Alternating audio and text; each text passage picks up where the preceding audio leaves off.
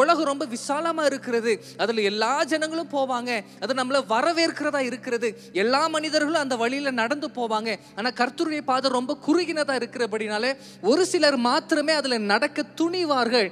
அப்பேற்பட்ட துணிவோடு கூட இருக்கிறவர்களை தேவன் மாற்றி ஆசீர்வதிக்கிறார். உங்களில் எத்தனை பேர் அந்த பாதையில நடக்கணும்னு விருப்பப்படுறீங்க? அந்த பாதையில தனிமை இருக்கிறது, அந்த பாதையில எந்த மனுஷனுடைய ஆறுதல் இல்லை, அந்த பாதையில எந்த மனுஷனுடைய அங்கீகாரமும் இல்லை.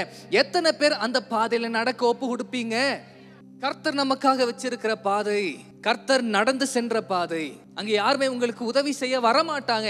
யாருமே உங்க கையை கொடுத்துட்டு நீங்க நல்லா பேசுனீங்க, நீங்க நல்லா ஊழியம் பண்ணீங்க, நீங்க நல்லா பாடுனீங்க, நீங்க நல்லா கர்த்தருக்காக இந்த மாதிரி வாழ்றீங்க அப்படின்னு சொல்லி உங்களை கையை கொடுத்து அப்ரிஷியேட் பண்ண மாட்டாங்க. ஆனா ஒருத்தர் இருப்பாரு, இயேசு மாத்திரம் இருப்பாரு. அவர் உங்க தோள் மேல தட்டிட்டு நீங்க என்ன செய்யணும் என்ன செய்யக்கூடாதுன்னு சொல்லி கொடுப்பாரு.